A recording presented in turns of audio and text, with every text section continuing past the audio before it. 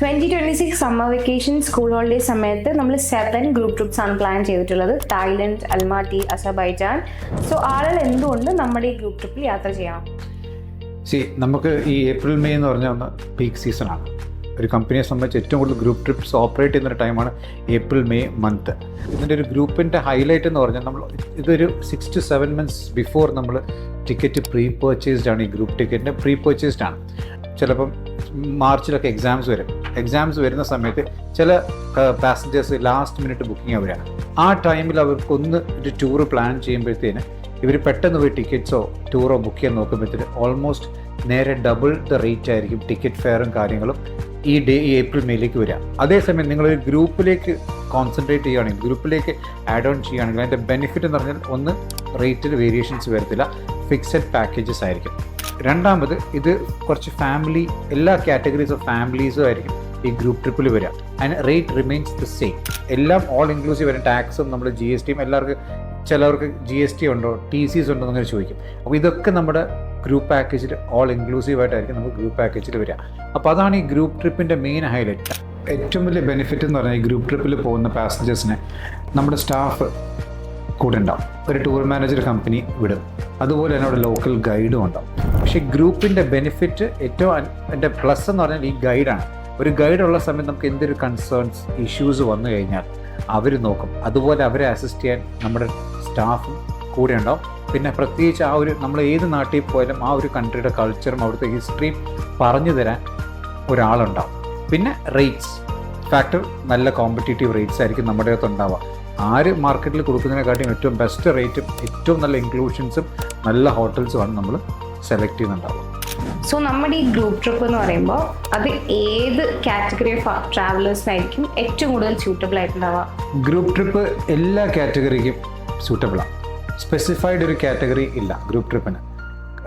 First ടൈമേഴ്സിനും ഹണിമൂണേഴ്സിനും mainly കുറച്ച് aged ആയിട്ടുള്ളത്, അതായത് ഇപ്പം മക്കൾ പുറത്താണ്, അപ്പോൾ അവർക്ക് ഫാദറിനും മദറിനും ഒരു വെഡ്ഡിങ് ആനിവേഴ്സറിയോ അങ്ങനെ ഗിഫ്റ്റ് കൊടുക്കുന്നുണ്ടെങ്കിൽ, എൽഡർലി ഇപ്പോൾ 60+ ആണെങ്കിൽ അവരുടെ ഒരു സേഫ്റ്റി കൺസേൺസിന് വെച്ച് നോക്കുകയാണെങ്കിൽ ഏറ്റവും ബെസ്റ്റ്, ഏറ്റവും നല്ലത് എൽഡർലി ആൾക്കാർക്കായിരിക്കും കുറച്ചുകൂടെ ഗ്രൂപ്പ് ട്രിപ്പ്. കാരണം അവർ പാമ്പേർഡ് ആയിരിക്കും.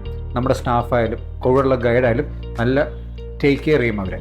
അതുപോലെ തന്നെ കുട്ടികളുമായിട്ട് ട്രാവൽ ചെയ്യുന്നവർ കുറച്ചുകൂടെ എന്താ പറയുക, ഒരു ഫാമിലി അറ്റ്മോസ്ഫിയർ, കുട്ടികൾക്ക് ഇൻട്രാക്ഷൻസിനും വേണ്ടിയിട്ട് ഈ ഒരു ഗ്രൂപ്പ് ട്രിപ്പിൽ ഒരു ബസ്സിൽ ഒരു 40-40 സീറ്റർ ബസ്സിൽ 20 ഫാമിലി 40 പേരുണ്ടാകുമ്പോൾ കുട്ടികൾ കൂടെ ഉണ്ടാകുമ്പം ഭയങ്കര എൻജോയബിൾ ആയിരിക്കും. ആ ഒരു ട്രിപ്പ് തന്നെ നല്ല രസം ഉണ്ടാവും. പ്രത്യേകിച്ച് കുട്ടികളുടെ കളിയും ചിരിയും ആ ഒരു തമാശയും. അപ്പം തിരിച്ചു വരുമ്പോഴത്തേനും ഒരു ഫാമിലി ആയിട്ടാണ് തിരിച്ചു വരിക. അപ്പം ഏത് കാറ്റഗറിക്കും ഗ്രൂപ്പ് ട്രിപ്പ് സെലക്ട് ചെയ്യാവുന്നത്. ഇന്ന കാറ്റഗറി ആയിട്ട് നമുക്ക് സ്പെസിഫൈ ചെയ്യാൻ പറ്റില്ല. Anyone can choose, but ideally suitable for elderly people and families. പിന്നെ ഈ ഗ്രൂപ്പ് ട്രിപ്പ് കുറച്ചുകൂടെ സ്യൂട്ടബിൾ ആവുമെന്ന് പറഞ്ഞാൽ ഈ ആദ്യമായിട്ട് ഫസ്റ്റ് ടൈം ഒരു ഡ്രീം വെക്കേഷൻസ് എന്നൊക്കെ പറയുന്ന കുറച്ച് ഫാമിലീസ് ഉണ്ടാവും. അവർക്ക് ഈ ഫസ്റ്റ് ടൈമേഴ്സിന് കുറച്ചുകൂടെ ഇത് നല്ല ഉപകാരപ്പെടും. വേറെ ഒന്നുമില്ല, ഗ്രൂപ്പ് ട്രിപ്പ് അതിൻ്റെ ബെനിഫിറ്റ് എന്ന് പറഞ്ഞാൽ, കാരണം അവർക്ക് ചിലപ്പം ഇനീഷ്യലി കുറച്ച് ടെൻഷൻ ഉണ്ടാകും. എങ്ങനെ ചെക്ക് ഇൻ ചെയ്യുക, ടിക്കറ്റ്സ് എങ്ങനെ ഇഷ്യൂ ചെയ്യുക, പിന്നെ അതുപോലെ എയർപോർട്ടിൽ പോയാൽ എന്ത് സംഭവിക്കും, ആരും നോക്കാനുണ്ടോ, അങ്ങനെ കുറച്ച് ആങ്സൈറ്റി ഉള്ള കുറച്ച് പാസഞ്ചേഴ്സ് ഉണ്ടാകും. അപ്പോൾ അവരെ സംബന്ധിച്ച് കുറച്ചുകൂടെ എന്തുകൊണ്ടും ബെറ്റർ ഗ്രൂപ്പ് ട്രിപ്പ് ആകും. കാരണം എയർപോർട്ട് അസിസ്റ്റൻസ്, എയർപോർട്ടിൽ പോയി കഴിഞ്ഞാൽ ചെക്ക് ഇനും ഇമിഗ്രേഷനും അത് അസിസ്റ്റ് ചെയ്യാൻ നമ്മുടെ ടൂർ മാനേജർ ഉണ്ടാവും. പിന്നെ അവിടെ ചെന്ന് കഴിഞ്ഞാൽ ഇവരെ ഷോപ്പിങ്ങിന് പോകാനാണെങ്കിലോ ഓരോന്ന് ചോദിച്ചറിയാൻ ലോക്കൽ ഗൈഡും ഉണ്ടാവും. അപ്പോൾ ഫസ്റ്റ് ടൈമേഴ്സിന് കുറച്ചുകൂടെ ബെറ്റർ ഗ്രൂപ്പ് ട്രിപ്പിൽ പോകുന്നതായിരിക്കും. കാരണം കുറേ ചോദ്യങ്ങൾ ചോദിക്കുന്നത്, കുറേ കൺഫ്യൂഷൻസ് അവോയ്ഡ് ചെയ്യാൻ വേണ്ടിയിട്ട് ഇനീഷ്യലി ഒരു ഫസ്റ്റ് ടൈമേഴ്സ്, ഒരു സീനിയർ എൽഡർലി പേഴ്സൺസ് വിടുവാണെങ്കിൽ അവരെ എന്തുകൊണ്ടും ആദ്യം ഗ്രൂപ്പ് ട്രിപ്പിൽ വിട്ടിട്ട് വേണം കസ്റ്റമൈസോ അല്ല തനിയെ വിടാൻ. കാരണം അവർക്കൊരു എക്സ്പീരിയൻസ് ഗ്രൂപ്പ് ട്രിപ്പിൽ കിട്ടുമ്പോൾ ഒരു നോളജ് കിട്ടും, ഹൗ ടു ഡു ദ ചെക്കിങ്സ്, ആ ഒരു ഇത് കിട്ടും. അപ്പോൾ അങ്ങനെ സംബന്ധിച്ച് ഫസ്റ്റ് ടൈമേഴ്സ് എപ്പോഴും ഞാൻ പേഴ്സണലി സജസ്റ്റ് ചെയ്യാം ആദ്യം ഗ്രൂപ്പിൻ്റെ കൂടെ പോയി എന്നിട്ട് തനിയെ പോകുന്നതായിരിക്കും കുറച്ചുകൂടെ ബെറ്റർ. സോ ട്രാവൽ ചെയ്യുന്ന സമയത്ത് ആൾക്കാർക്ക് ഏറ്റവും കൂടുതൽ കൺസേൺസ് വരുന്നത് സേഫ്റ്റിയുടെ കാര്യമായിരിക്കും. ഇപ്പോൾ ഗ്രൂപ്പ് ട്രിപ്പ് ആകുമ്പോൾ കംഫർട്ട് എന്നുള്ളത് ഒരു കൺസേൺ ആയിരിക്കും. അപ്പോൾ അതിൻ്റെയൊക്കെ ഒരു കാര്യം എങ്ങനെയായിരിക്കും?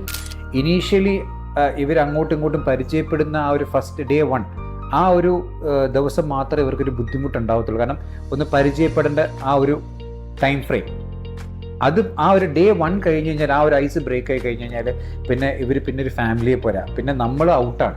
ഈ പോകുന്ന ടൂർ മാനേജർ ഔട്ടായിരിക്കും, പിന്നെ അവരുടെ ആ ഒരു വൈബായി. പക്ഷെ നമ്മൾ അതുപോലെ ഇപ്പം നിങ്ങൾ ചോദിച്ച സേഫ്റ്റി സംബന്ധിച്ച് ഒന്ന് ടൂർ മാനേജർ, ഞാൻ നേരത്തെ പറഞ്ഞ പോലെ ടൂർ മാനേജർ കൂടെയുണ്ട്. നമ്മുടെ ലോക്കൽ സ്റ്റാഫ് കൊച്ചിയിൽ നിന്ന് പോയി തിരിച്ചു വരുന്നിടം വരെ ടൂർ മാനേജറുണ്ട് 24/7. ഇവർ താമസിക്കുന്ന ഗസ്റ്റ് താമസിക്കുന്ന അതേ ഹോട്ടലിൽ നമ്മുടെ ടൂർ മാനേജർ താമസിക്കാം, ഗൈഡും താമസിക്കുന്നുണ്ടാവാം. 2 ലോക്കൽ ഗൈഡ് അവിടെ ഉണ്ട്. അപ്പം സേഫ്റ്റിയുടെ കാര്യത്തിൽ ഒരു ടെൻഷനും വേണ്ട. 100% സേഫ് ആൻഡ് സെക്യൂർ ആയിട്ട് നമ്മൾ കൊണ്ടുപോയി തിരിച്ച് ഇവരെ നാട്ടിൽ നമ്മൾ കൊണ്ടുവരും, ഒരു ബുദ്ധിമുട്ടും ഇല്ലാതെ. അനദർ ഒരു മെയിൻ കൺസേൺ എന്ന് പറയുന്നത് ഇപ്പോൾ എൽഡർലി പീപ്പിൾ ആണെങ്കിലും കൊച്ചു കുട്ടികളാണെന്നുണ്ടെങ്കിലും ഫുഡ് എന്നുള്ളൊരു മേജർ ഫാക്ടറാണ്. സോ നമ്മുടെ മീൽ പ്ലാൻസ് ഒക്കെ എങ്ങനെയായിരിക്കും? നമ്മുടെ എല്ലാ ഗ്രൂപ്പിലും, ഇപ്പോൾ തായ്ലൻഡ് ആയാലും ശരി, മലേഷ്യ ആയാലും ശരി, ബാലി ആയാലും ശരി, എല്ലാ ഗ്രൂപ്പിലും നമ്മൾ കൊടുക്കുന്ന ഫുൾ ബോർഡ് മീൽസാണ്. അത് ബ്രേക്ക്ഫാസ്റ്റ്, ലഞ്ച് ആൻഡ് ഡിന്നർ. അതിൽ ബ്രേക്ക്ഫാസ്റ്റ് ഹോട്ടലിലാണ്, അത് അമേരിക്കൻ ബ്രേക്ക്ഫാസ്റ്റ് വിത്ത് ലോക്കൽ ആയിരിക്കും. ഇപ്പോൾ സപ്പോസ് ഒരു തായ്ലൻഡ് എടുക്കുവാണെങ്കിൽ തായ്ലൻഡിലെ ഹോട്ടലിൻ്റെ അമേരിക്കൻ ബ്രേക്ക്ഫാസ്റ്റ് വിത്ത് ലോക്കൽ ബ്രേക്ക്ഫാസ്റ്റ് മിക്സ് ആയിരിക്കും. പക്ഷേ എല്ലാവർക്കും കഴിക്കാൻ പറ്റുന്ന ബ്രേക്ക്ഫാസ്റ്റാണ്. കാരണം കുട്ടികൾ ഇപ്പം പ്രത്യേകിച്ച് ഫാമിലി ചെറിയ മക്കളുണ്ടെങ്കിൽ, ചെറിയ കുട്ടികളുണ്ടെങ്കിൽ അവർക്ക് ഓട്സ് മീൽ കിട്ടും, ബ്രെഡ് ഉണ്ടാവും, ഫ്രൂട്ട്സ് ഉണ്ടാവും. അപ്പോൾ ബ്രേക്ക്ഫാസ്റ്റ് ഒരു ഇഷ്യൂവേ അല്ല. പിന്നെ കൺസേൺ ലഞ്ച് ആൻഡ് ഡിന്നർ ആയിരിക്കും. നമ്മുടെ ലഞ്ച് ആൻഡ് ഡിന്നർ നമ്മൾ കൊടുക്കുന്ന നോർത്ത് ഇന്ത്യൻ ബൊഫയാണ്, നോൺ വെജ് നോർത്ത് ഇന്ത്യൻ ബൊഫയാണ്. നമ്മൾ എല്ലാ മീൽസും നമ്മുടെ എല്ലാ ഗ്രൂപ്പിലും നമ്മൾ ഫുൾ ബോർഡ് മീൽസ് ആയിട്ടാണ് കൊടുക്കുക. കാരണം അതിൽ വേറൊരു ഫാക്ടറും ഉണ്ട്. ചിലർ ചോദിക്കും ഞങ്ങൾക്ക് ലോക്കൽ ഫുഡ് ട്രൈ ചെയ്യണം. നമ്മൾ കൊടുക്കത്തില്ല, വേറെ ഒന്നും കൊണ്ടല്ല. ചില പാസഞ്ചേഴ്സിന് ചിലവർക്ക് ഈ അവിടുത്തെ ലോക്കൽ ഫുഡിൻ്റെ ടേസ്റ്റും കാര്യങ്ങളും പിടിക്കത്തില്ല. അപ്പോൾ എന്തെങ്കിലും പറ്റിയ ഫുഡ് പോയ്സണോ കാര്യമായി കഴിഞ്ഞ് കഴിഞ്ഞാൽ നമുക്ക് ആ ഗ്രൂപ്പിനെ, എൻറ്റയർ ഗ്രൂപ്പിനെ അത് ബാധിക്കും.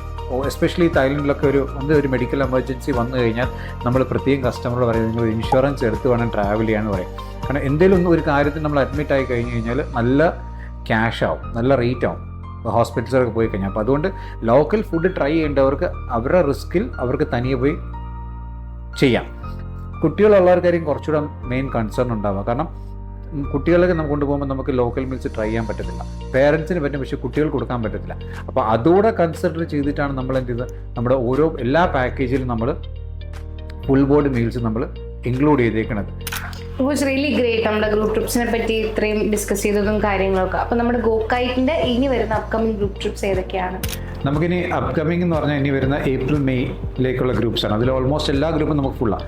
നമുക്ക് 7-8 ഗ്രൂപ്പുണ്ട്. ഓൾമോസ്റ്റ് 7-8 ഗ്രൂപ്പാണ് ഇനീഷ്യലി നമുക്കിപ്പോൾ എടുത്ത് വെച്ചേക്കുന്നത് ഏപ്രിൽ മെയ്യിലേക്ക്. അതിൽ തായ്ലൻഡ് ഉണ്ട്, അൽമാട്ടി ഉണ്ട്, ബാക്കു ഉണ്ട്, സിംഗപ്പൂർ മലേഷ്യ ഉണ്ട്, ജപ്പാനുണ്ട്. അതെല്ലാം സീറ്റ്സും ഫില്ലാണ്. പിന്നെ അത് കൂടാതെ നമ്മൾ അപ് ടു ഡിസംബർ 2026 വരെ നമ്മൾ ഗ്രൂപ്പ്സ് എടുത്തു വെച്ചേക്കുക. അതിൽ യൂറോപ്പ് 11 night 12 daysൻ്റെ യൂറോപ്പ്, ഗ്രാൻഡ് യൂറോപ്പ് ഉണ്ട്, റഷ്യ 6 night 7 daysൻ്റെ റഷ്യ ഉണ്ട്, ജപ്പാനുണ്ട് 7 night 8 ജപ്പാനുണ്ട്.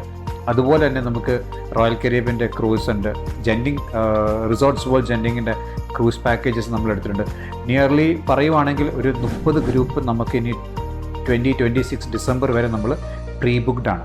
അപ്പോൾ ഞാൻ നേരത്തെ പറഞ്ഞ പോലെ വീണ്ടും പറയുകയാണ്, ഇത്രയും ഗ്രൂപ്പ്സ് നമ്മൾ ഇപ്പോഴേ പ്ലാൻ ചെയ്തേക്കുവാണ് നെക്സ്റ്റ് 20 ഇയറിന്. അപ്പം അത്രയും ബെനിഫിറ്റ്സ് കസ്റ്റമേഴ്സിന് കിട്ടും. കാരണം ഓൾറെഡി ഇത് പ്രീ പർച്ചേസ്ഡ് ആണ് ലോവർ റേറ്റ്സിൽ. അതുപോലെ നമുക്ക് ഡൊമസ്റ്റിക്കിലും നമുക്ക് ഗ്രൂപ്പ്സ് ഉണ്ട്. ഡൽഹി, ആഗ്ര, ജയ്പൂർ ഉണ്ട്. നമ്മുടെ ആപ്പിൾ സീസണാണ്, സെപ്റ്റംബറിൽ വരുന്ന ആപ്പിൾ സീസണാണ്. കാശ്മീർ ഗ്രൂപ്പ്സ് എടുത്ത് വെച്ചിട്ടുണ്ട്. പിന്നെ അതുപോലെ ആസാം, മേഘാലയ എടുത്ത് വെച്ചിട്ടുണ്ട്. അങ്ങനെ 30 ഗ്രൂപ്പ്സോളം നമുക്ക് 2026 നമ്മൾ എടുത്തു വെച്ചിട്ടുണ്ട്. പ്രീ പർച്ചേസ്ഡ് ആണ്.